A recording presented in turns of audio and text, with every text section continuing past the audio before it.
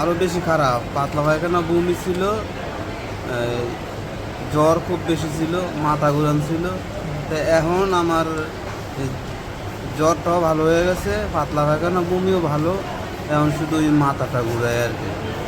আসছি হয় আজকে 3 দিন এখানে। বাড়িতেই হসপিটালে টেস্ট করার পরে বোঝা গেছে যে ডেঙ্গু। বলতে পারি না কিভাবে হয়েছে, আমি তো সবসময় মশারি টাঙাই শুই। আমাদের বাড়িতে আশেপাশে এমন কোনো ডোবা নাই যে ময়লা টয়লা বা মশা টশা জন্মাবে, এরকম কোনো ইয়া নাই। তা আমাদের বাড়ি পরিষ্কারই।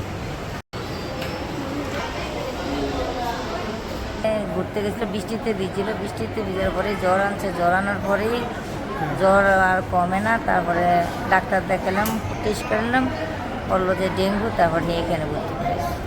খালি বমি করতো, কিছু খাওয়া দাওয়া করতো না, খালি একটু পানি খেতো আর বমি করতো। শরীর অনেক অস্থিরতা ছিল।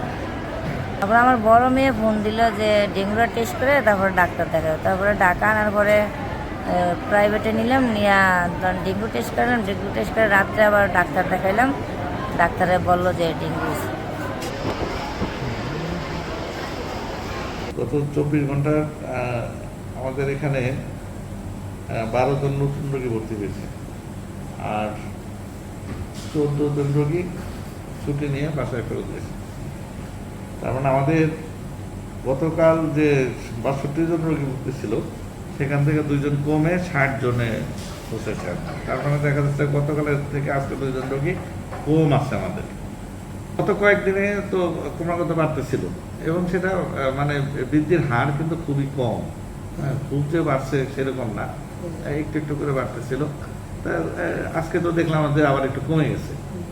কাজেই বৃদ্ধির হার যেমন খুব বেশি না, আবার দেখা যাচ্ছে যে স্থির অবস্থাও আছে, বা একটু কমার লক্ষণও দেখা যাচ্ছে মাঝে মাঝে। তবে মনে হচ্ছে কিছু বাড়বে, অত বেশি নাও বাড়তে পারে।